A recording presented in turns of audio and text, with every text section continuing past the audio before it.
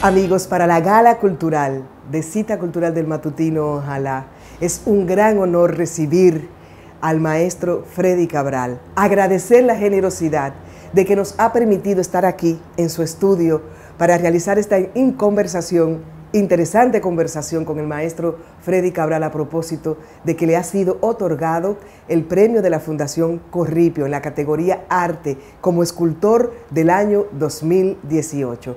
Un gran honor, maestro Freddy Cabral, y nuestras felicitaciones, merecidísimo. Muchas gracias. Desde que nos enteramos estamos celebrando en Cita Cultural. Gracias, muchas gracias. 25 exposiciones individuales. Sí. Y comentábamos que a propósito llega este premio de la Fundación Corripio, uno de los premios prestigiosos, ¿no?, del arte y la cultura que otorga esta institución junto al Ministerio de Cultura de la República Dominicana.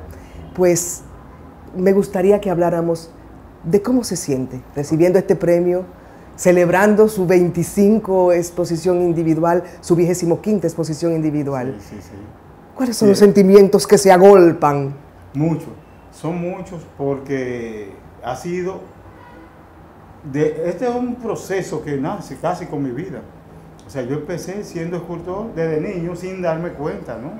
Yo empecé trabajando barro,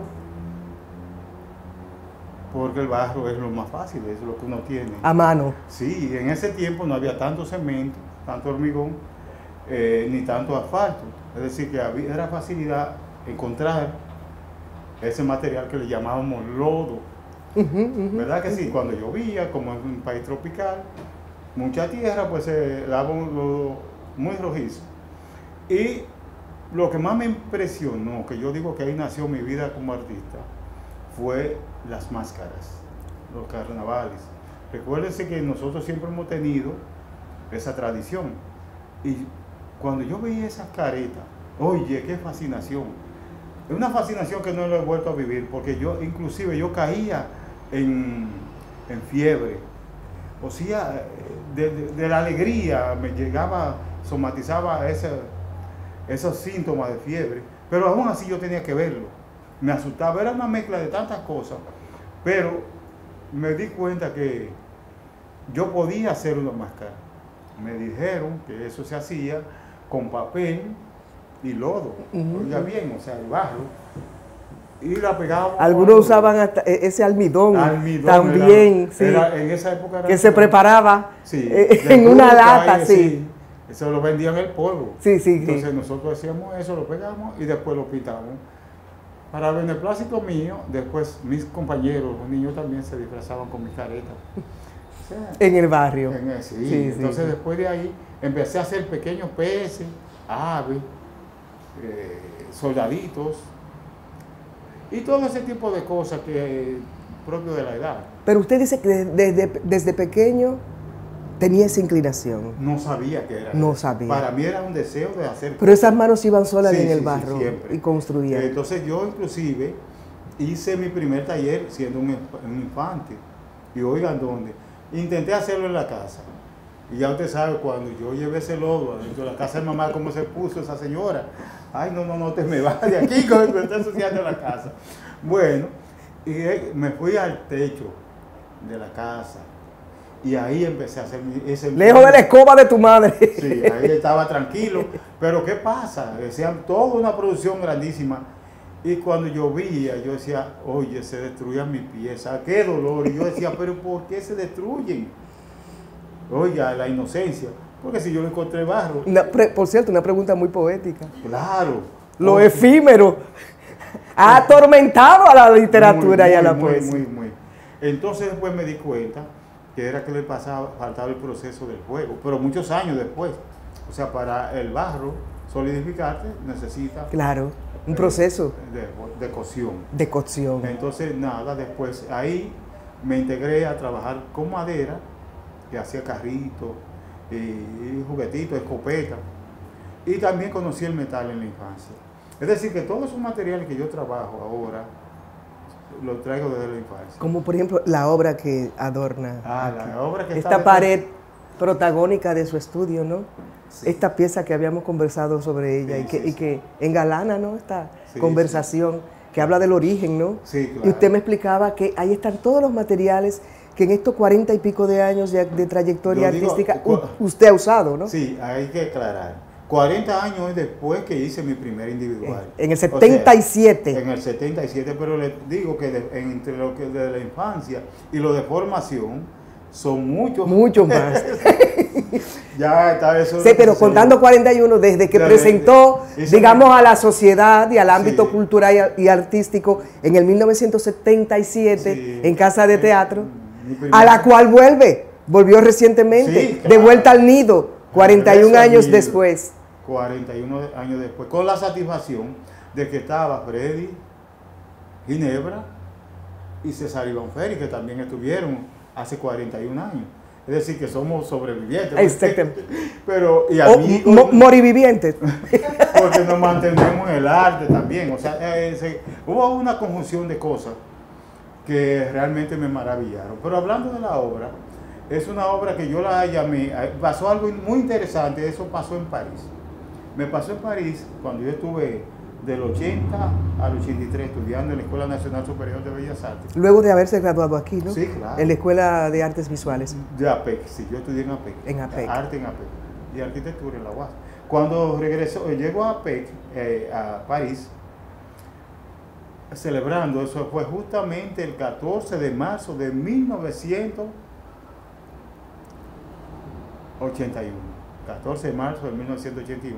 ¿Por qué yo recuerdo con tanta exactitud? Porque era el día de mi cumpleaños. Entonces, ese día... Y además hay una escisión, una división entre antes de llegar a París y después de París. Claro. Se inicia una nueva etapa en el escultor, ¿no? Sí, claro que sí. Pero yo llevaba desde antes de esa época, yo había trabajado los infinitésimos. O sea, que era, mi obra está muy ligada a los acontecimientos que me pasan.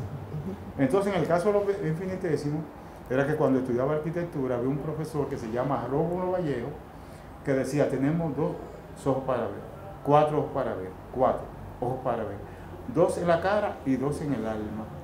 Los infinitésimos hay que verlos con los ojos del alma. Oye, está hablando, dando cálculo infinitesimal y dice eso que es poético. Digo, oye, pero qué palabra tan linda, qué interesante. Entonces, buscando en esos infinitésimos, apareció la escultura infinitésima, que es una obra que es muy enmarañada, como el humo, como el como fuego, la elipsis. Sí, que va al infinito, ¿verdad? Sí. O sea, el infinito no termina, sino que se va transformando.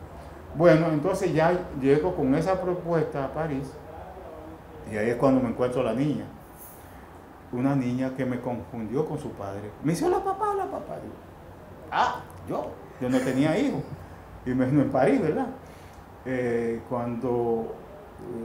Después de esa sorpresa nos pusimos a conversar. Y mientras estábamos ya metidos en conversación, ya yo me sentía como un padre, llegó la mamá y la agarró por un brazo y la arrastró y se fue. Oye, eso me caló, eso me molestó, eso me martilló. Entonces dije, ven acá, pero yo ando en París buscando la perfección, pero no hay cosa más perfecta que un hijo. Ahora, ¿cómo nacen los hijos? Ahí empezó un proceso larguísimo que duró como 5 años buscando en la embriología, porque no quería ser un niño de que en la mano es el producto. Claro. Una madre carnal de un niño es un producto. Claro. Entonces me fui. Y manito, una imagen. Claro, me y fui. Pintura sobre la maternidad hay millones. Muchísimas. Entonces me busqué al plano, yo siempre voy a lo más profundo. Y en mi búsqueda encontré la ontogénesis, que es un proceso que va del acoplamiento hombre-mujer hasta el parto. Oigan bien, ese proceso no se ve porque se da en la mujer lo siente y alumbra una criatura o un animal hembra también, pero no se ve. Entonces ese proceso es que mueve esta producción.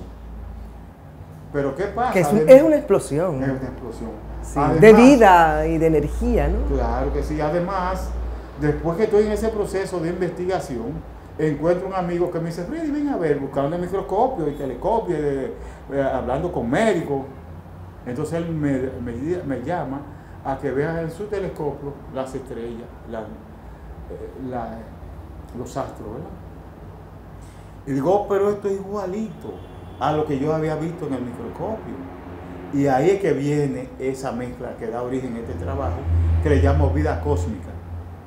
Una mezcla de lo mínimo con lo máximo. Ahí está todo. Ahí está todo.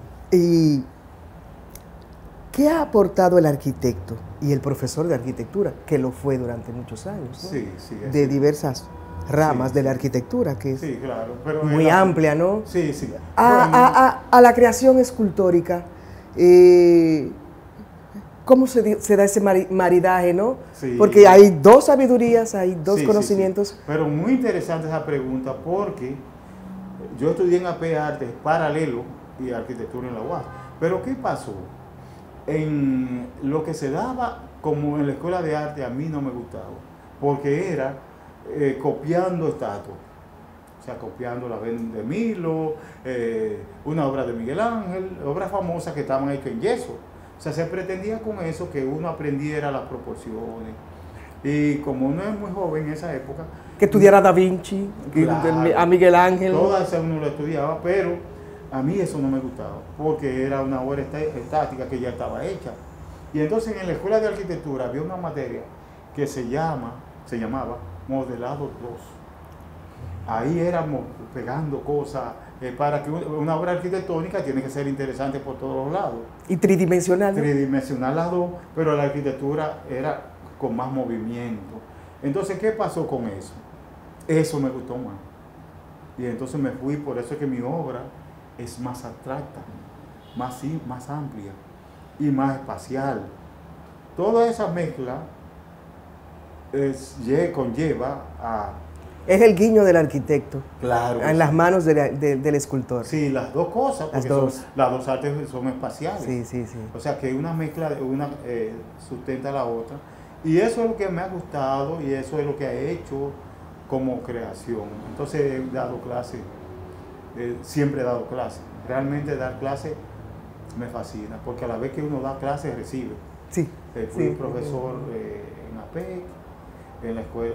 Es una vivencia que enriquecedora de ambos lados. Claro, ¿no? Que sí, porque cuando usted ve un proyecto joven, el joven trae cosas nuevas. Y entonces uno va también asimilando en un proceso de interacción, de compartir. Eso me gusta. Hasta hace poco daba clases en el Colegio Babé, que es otro colegio, instituto, no se me olvidó el nombre, pero daba clases. Pero ha estado en esa vida académica, digamos. No, y además doy clase a personas que vienen buscando conocimiento. Así es, así es. Este es un estudio abierto a todo el que... Bueno, es como una galería permanente de su obra. Sí. Claro, y estamos abiertos, claro. Sé que disfruta mucho que la gente venga a apreciar claro que sí, sus obras. Claro, bajo cita cultural. Sí. Porque bajo cita, encuentros planificados. Claro, porque también es mi taller. Claro. O sea, claro. No cuando aquí se está creando, ¿no? Sí, aquí no hay un ambiente. Decir, llegué, porque en ese momento, cuando uno está creando, y ustedes lo saben porque soy artista, Yanela, sabe que cuando uno está creando, uno no es uno. Sí. Sí, entra como en un estado como catártico. Sí, una catarsis que uno no puede decir algo. Y el cerebro comienza a seleccionar qué es importante y qué no en ese proceso. Efectivamente. Sí. Entonces, de eso se trata, que uno pues ya necesite que venga y, claro, recibimos, pero mediante cita. El instituto donde da la clase, que no voy a dejarlo en el aire, es Instituto Pedro Enrique Sureño. Ahí ha desarrollado una amplia labor. Sí. Siempre he dado, toda mi vida ha sido arte y enseñanza. Y aprendizaje siempre, porque siempre voy a museos, busco, investigo, leo. Por cierto, me gusta mucho la literatura. Entiendo que eso nutre el cine, todo lo que pueda enseñarme, eso sería interesante. Me gustaría saber, maestro Freddy, y es una conversación que ya hemos tenido en otra ocasión, ¿qué hay de la tradición escultórica dominicana en su obra? Es decir, de los fundacionales. Claro. Pudiéramos mencionar algunos, Sí, claro. pero entonces yo cometería el error si se me olvidan otros. No, pero eso no importa, ya te da que se olvide algo. Yo sé que usted es un escultor que trabaja con los materiales que te brinda tu entorno. Usted una vez me contó un testimonio aquí mismo, en la escultura esa, la mano poderosa. La mano poderosa, donde yo estoy retratado así. Sí. Y Laura Guzmán, la productora, también está retratada. Sí. Pues en la mano hablábamos de eso, es decir, ¿qué hay de la tradición? ¿Qué hay de la caribeñidad? De la tradición identitaria dominicana en la obra de Freddy Cabral. Claro. ¿Cómo dialoga con este sol y con los materiales que tenemos ahí, ¿no? Claro que sí. Oye, esas preguntas de Yanela son muy, muy interesantes. Dígaselo a Laura Guzmán para que revisen el contrato. Sí. El asunto es que, fíjense, es indudable que todo artista, se debe a un medio, a una formación. O sea, es el producto de, ¿no? Claro. O sea, yo, como dije, empecé trabajando materiales dominicanos sin darme cuenta que era arte, ¿no? Cuando me di cuenta que era arte, que fue una explosión para mí. Una iluminación, una luz. Claro. Una luz que quema, seguro, dice el poeta. Cuando yo veo que me dicen, pero muchacho, tú eres un artista, eso que tú estás haciendo es arte, digo, eso que yo hago es arte. Ajá, pero a mí sí me va a ir bien. Porque esto es una pasión. Esto es una pasión, esto es muy fácil, esto es un divertimento. Eso para mí era así. Entonces, bueno, pues soy arte, pues perfecto. Ahí empecé a estudiar la escultura universal, pero ya con conciencia. Conscientemente. Caí a la dominicanidad. Estudié a Rodríguez Urdaneta, a todos desde el inicio, los españoles que vinieron. Y que fueron de gran impacto, ¿no? En la historia de la... Sí, cuando la guerra mundial, cuando... Exiliados de la guerra civil. Sí, de la guerra civil española. Gausage, Colson. No, Colson es dominicano. Pero había... que fue parte de también de esa formación. Prats Ventós, que lo conocimos y fue profesor de nosotros. Un gran artista. Claro que sí. Y toda esa playa de artistas conformaron la Escuela Nacional de Bellas Artes y la Escuela de Arte en general. Ahí Manolo Pascual también. Entonces nosotros aprendimos y estudiamos eso, pero con una visión muy clara de que eso no era para copiarlo. Yo tenía que hacer mi obra personal. Mi propio discurso. Mi propio discurso lo entendí tempranísimo. Porque si me aupaban lo que hacía en la infancia como cosa buena, que yo lo hacía solo, no es posible que después que yo aprenda, voy entonces a tomar cosas ajenas para hacer la mía. Claro. No. Toda esa formación, tanto en Europa como donde quiera que he ido, Cuba, Estados Unidos, Canadá, siempre voy a museos y a aprender, pero también aprender qué voy a hacer, uso mis materiales, porque a mí me mueve el sol de nosotros, las caderas, esas de mulata, la exuberancia, la exuberancia de la misma naturaleza y de la mujer, en mi obra, la sensualidad del trópico. Sí. Y tiene su propio código. No es lo mismo una mujer noruega que una mujer caribeña. Que no, en ningún sentido. Claro, yo le estoy haciendo un juicio de valor. Considero que sí, pero como el clima, como las condiciones territoriales, geográficas de una nación, pues definen el ser. Claro que a eso me refiero. Y entonces uno es más conversador, pero tenemos un mar que tiene olas. O sea, cuando tú vas y ves otros mares, tú dices, pero mira, no es parecido al de nosotros. El de nosotros tiene color, forma, y uno se puede pasar... Del verde al azul, al plateado, todo encandila. Claro, entonces todas esas cosas están inmersas en mi obra. Todos esos conocimientos, lo que somos, lo que hacemos, cómo vivimos, está ahí. O sea, por eso ustedes ven que una obra mía no es tan lisa, sino que tiene oquedades, tiene fuerza, es como una sinfonía. Ahí entra lo musical.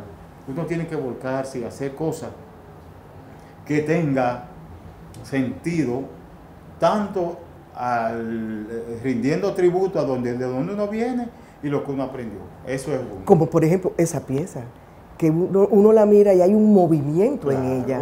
Sí. ¿Y cómo se encuentra, en qué momento está el artista, el escultor Freddy Cabral, después de 25 exposiciones individuales? Sí. Explorando nuevas texturas, nuevos lenguajes, porque la tecnología ha revolucionado todo. Y vi a un escultor jovencísimo, europeo, haciendo exploraciones desde el holograma, como pieza escultórica, ¿no? Sí. Virtual, digamos. ¿Cuáles son los retos de un escultor con 5 décadas de trabajo y de trayectoria frente a este mundo nuevo que se abre, digital, con nuevas formas de expresión y de exploraciones que te da la tecnología? Claro, fíjense, siempre ha habido cambio. El hombre, desde que apareció en la tierra, vivió en cueva, la transformó, y desde esa etapa ha vivido transformaciones. El artista también. El artista tiene que irse adaptando o va a desaparecer. Fíjate que una de las cosas que tuvo más contundencia que lo que vivimos ahora fue la cámara fotográfica. Exactamente. Cuando aparece la cámara fotográfica, el primer artista que la vio dijo, bueno, llegó el fin de la pintura. Sí. Lo auguraron. Sí, pero ¿qué hizo el pintor? Se adecuó. Claro. O sea, vino el impresionismo, el expresionismo, el abstraccionismo. O sea, y ha seguido hasta hoy. Exactamente. Entonces, ¿qué tiene el escultor como elemento fundamental? La materia. O sea, para un escultor es más complicado la tecnología. O sea, pueden hacer cosas virtuales, pero habrá que trabajar con las manos. O sea, un escultor necesita mano para lo que sea, porque es materia. O sea, la escultura es materia. Si no es materia... Y la mano es el cincel. Las manos, y las uñas. Y las uñas. Todo. No, y el contacto, la energía que se da, la comunicación con el material, claro, ¿no? Que sí, es tocable. O sea, una escultura es abrazable, ¿verdad? Es acariciable, besable. Entonces, eso hace que la escultura tenga que basarse, aunque uno haga los aprestos con la tecnología, hay que bajarse con la materia. Y habrá que hacerlo siempre. Si es no, un reto. Si no hay una escultura. Si no lo es. Si no hay una escultura. Y si no está tampoco el concepto del artista, claro, a la hora de acercarse al material que quiere decirnos algo, claro, y contarnos algo. Pero también la escultura es crónica de la historia. Claro que a través de la escultura, en todo el mundo, tú puedes reconstruir lo que pensaba la gente, los materiales que tenía a su disposición. Porque ¿por qué tenían mármol de Carrara en Roma? ¿Por qué eran las esculturas de mármol? Porque estaban ahí. Pues sí, eso es lo que tienen, pero nosotros tenemos caoba. Pero nosotros tenemos la caoba, tenemos roble, cedro, ébano. Entonces todo eso hace que el dominicano, el escultor dominicano, el caribeño, tenga que apelar a eso. Fíjense que cuando yo estuve en París, hubo algo que me marcó, hablando de eso. Fue que yo llegué allá y yo desdeñaba la madera, porque estaba trabajando en barro y metal. Pero cuando yo vi... El barro, el origen. Pues claro, cuando yo vi... Y según la mitología taína, desde ahí surge todo. Fluye todo. Cuando yo veo que los artistas europeos, para hacer una escultura, tenían que buscar y pegar pedacito de madera hasta hacer un bloque. Yo dije, pero nosotros somos ricos en materiales escultóricos. Pues nosotros tenemos madera bellísima. Y de ahí que yo vine con más fuerza trabajando el metal, la madera. ¿Por qué? Porque digo, pero esto es nuestro. Allá hace falta. Entonces eso quiero decir, lo que uno tiene que hacer para ubicarse donde uno está y donde uno esté. Claro. Eso hace que uno tenga que reformular en cada momento lo que haya que hacer. ¿Por qué hay tan pocas mujeres escultoras? De hecho las hay, muy buenas. Pero ¿por qué no se visibilizan tanto como los Sí, escultores bueno, fíjense varones. que hasta cierto modo la mujer durante mucho tiempo fue marginada. Las piezas de Soucy Pellerano, Sí, sí, sí, que es un referente, sí, ¿no? claro, y aquí hay una joven. Y de un arte urbano que ella está planteando, ¿no? Sí, sí, Sus piezas están ahí en el Museo de Arte Sí, Moderno. claro. La podemos apreciar. Claro, pero hay muchas buenas mujeres. O sea, voy a mencionar algunas mundial. O sea. No, yo hablaba aquí. Yo hablaba de la República Dominicana. Sí, sí, sí. Tenemos más pintoras. Claro, pero es naturalmente, por cada escultor hay miles de pintores. O sea, la escultura es difícil, no es tan vendible, otra cosa. O sea, para ser escultor hay que ser escultor. Inclusive hay muchos escultores que tienen más vocación para escultura y se han ido a la pintura, porque la pintura se vende más. Claro, usted hace pintura también. Algunos han dicho, mira, ya yo no soy más escultor. ¿Por qué? Porque me va más fácil, una pintura yo duro tantas horas y la vendo. Pero una escultura hay que fajarse. Fíjense, un escultor, aquí entra una pieza que me traen entre 5 hombres y me la dejan ahí y yo la hago solo. Oigan bien, pero ¿qué pasa? A cada rato un escultor, a mí me han operado 2 veces. 2 veces también en mi vida yo he ido al hospital por 2 hernias. Por el trabajo. Porque también uno hace claro, mucha fuerza. Sí. Pero además también uno está fácilmente en una emergencia. ¿Por qué? Porque una máquina cortante chocó con la piel de uno. Exactamente. Entonces todo eso. Hay riesgos. Hay muchos riesgos. Sí. Entonces el artista, y además poca venta, que hablando de eso es interesante. Es malo, el mercado no es favorable. No es tan. Pero aquí, o a nivel. Aquí, vamos hablando, situarnos aquí. Vamos a situarnos aquí. Sí, vamos a hablar del sitio. Del sitio. Sí. Aquí hay más campo para la escultura. Hay más premios para la pintura. Recuérdese que. Por eso que yo me puse tan contenta. Escultor 2018. Sí. Óyeme, están haciéndole un tributo a la escultura dominicana. Que sí, ojalá. A través de este maestro. Claro, y ojalá que no se quede aquí. Ojalá que no se quede solo en mí. Hay más escultores. Hay más artistas que trabajan la escultura y son buenos. Pero además, que eso sí hay que trabajar. Hay que hacer buenas obras de arte público, escultórica. Nosotros tenemos escultores buenos y hay espacio. O sea, que tenemos que hacer obras que no sean acusadas, que no sean consideradas piezas cuestionantes. Y que se le valore y se le dé mantenimiento. Yo agrego eso entre paréntesis. Claro que sí. Aquí ha habido una dejadez. Claro. Hacia el arte urbano en sentido general. Y bien. Hablo de los bustos, de las piezas escultóricas que encontramos en la ciudad, que por cierto son muy pocas. Muy pocas. Yo creo que la escultura dominicana debe hacer una intervención rápida y mostrar ese arte para que la comunidad lo disfrute también. Yo creo que el escultor ha sido dominicano, muy hacia adentro. ¿Me equivoco en el juicio, maestro? Para nada. Creo que la escultura dominicana, que es muy rica, variada, de hecho este premio tan merecido rinde, ¿verdad?, respeto y admiración a la escultura dominicana. Exacto. Creo que debe salir a la calle. ¿Qué usted cree? Sí, mucho, pero entonces deben elegir escultores, o sea, personas de oficio, porque hubo otra época. O sea, ahora tenemos una época de que personas que no son experimentados, hasta donde yo sepa, hacen obras de arte público. Pero hubo una época que quizás era también negativa para los escultores, porque era que traían piezas de fuera.